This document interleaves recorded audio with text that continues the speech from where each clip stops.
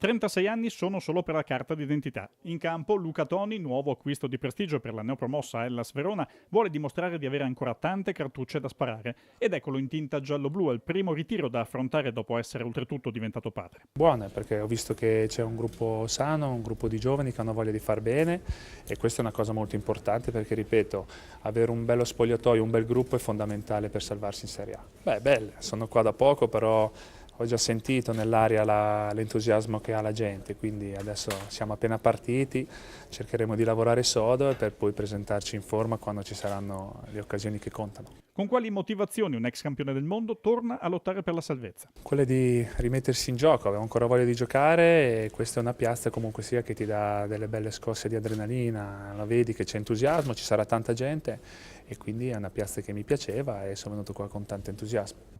All'esperienza di Luca Toni, l'Hellas chiederà i giusti consigli per raggiungere l'obiettivo. L'importante è raggiungere la salvezza, sarà dura perché qualsiasi neopromossa ci sarà da soffrire, perché penso che c'è un po' di divarico tra la B e l'A e quindi bisognerà fare un gran campionato per salvarci e prima ci salviamo e poi dopo vediamo quello che succede. L'importante, ripeto, sarà magari cercare di partire bene e quando ci sarà il momento un po' di calo rimanere belli concentrati perché comunque sia la Serie A è lunga e difficile.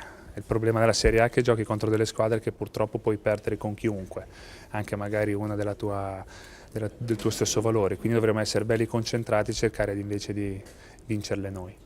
Un pensiero finale alla squadra che ha lasciato e ad una città che gli rimane nel cuore. Penso che la Fiorentina aveva già una bella base e quindi comprando questi giocatori sicuramente penso che se la debba giocare per le prime posizioni.